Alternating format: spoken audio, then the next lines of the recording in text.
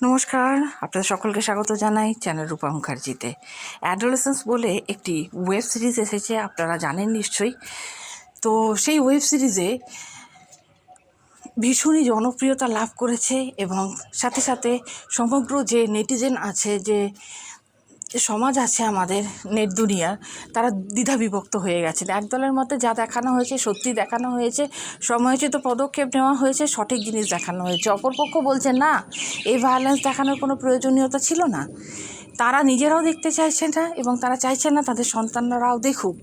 কিন্তু ফাঁক ফোকর তো রয়েই যায় না, আর সেখান দিয়ে তাদের সন্তানরাও দেখছেন এবং কোথাও না কোথাও এই ধারণা তৈরি হচ্ছে যে হ্যাঁ, অ্যাডোলেসেন্সে যা দেখানো হয়েছে তা কিন্তু সমাজের বাইরে থেকে আসেনি, এটা আমাদের সমাজের মধ্যে থেকেই এসেছে। হতে পারে যে এখানে বিদেশীয় কিছু টাচ রয়েছে, কিন্তু তাতে কিশোর মনের যে সমস্যা তা কিন্তু কোনোভাবেই পরিবর্তিত হয় না। আর অ্যাডোলেসেন্সের থার্ড এপিসোডে দেখানো হয়েছে মনোবিদের বিরল একটি পর্যায়, যেখানে সংশোধনাগারের অন্দরে সহপাঠীকে খুনে অভিযুক্ত কিশোর জেমির সঙ্গে কথোপকথনে বসেছিলেন মনোবিদ। তার দিকটিও দেখানো হয়েছে।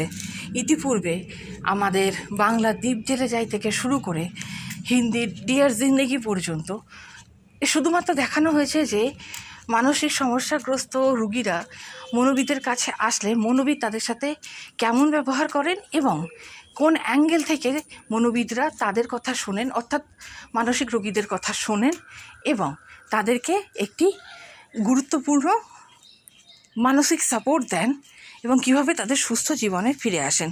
কিন্তু কখনো কখনো এরকমই হয়েছে যে মনোবিদেরও যে একটি মন আছে, সেই মনেতেও যে নানা রকম উত্থান পতন লেগে থাকে, সেগুলো কিন্তু খুব একটা সহজে দেখানো হয় না।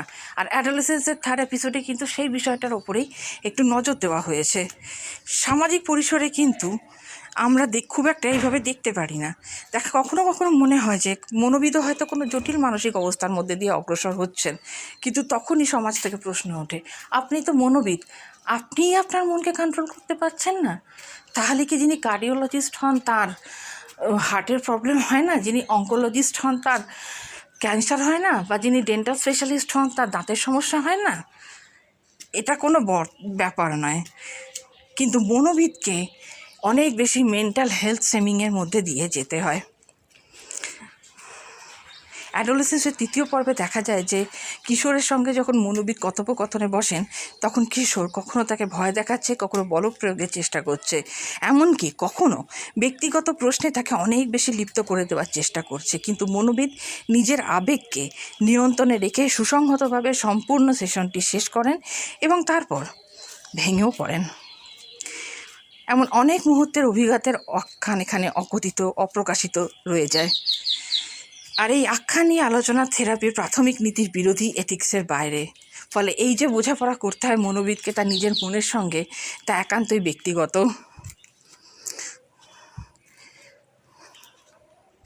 সংশোধনাগারের ভিতরে এক নাবালকের সঙ্গে কথা চলে, যেখানে মনোবিদের কথার মাধ্যমে সত্য অন্বেষণের প্রয়াস রয়েছে।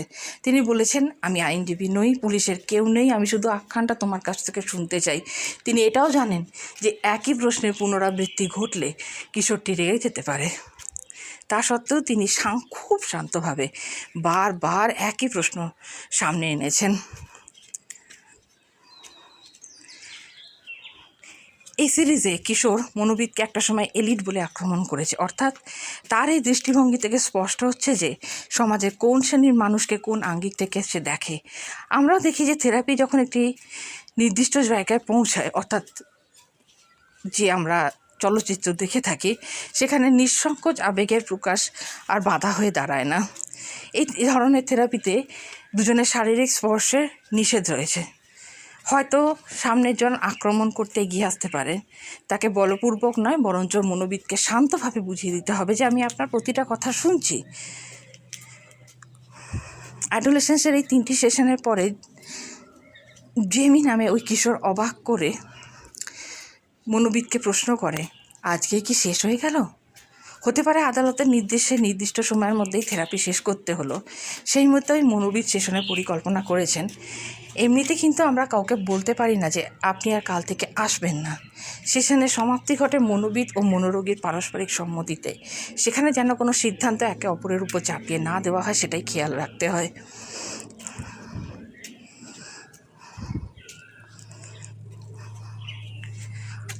অ্যাডোলেসেন্সেও ঠিক তাই হয়েছে। যেমন মনোবিদ জেমির সঙ্গে দেখা করতে এলেন হট চকলেট এবং স্যান্ডউইচ নিয়ে। এমনটা কিন্তু হওয়ার কথা নয়, তবু এখানে এটা হয়েছে।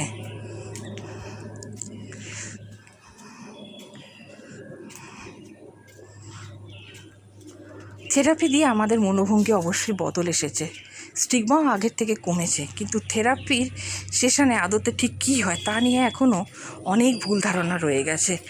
আর মনোবিদের মনের উপরই বা কী প্রভাব পড়ে তা নিয়েও কী ধারণা গড়ে তোলার চেষ্টা খুব একটা হয় না।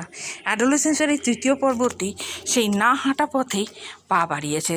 আর এখানেই অ্যাডোলেসেন্স বাকি ওয়েব সিরিজগুলোর থেকে একেবারেই আলাদা।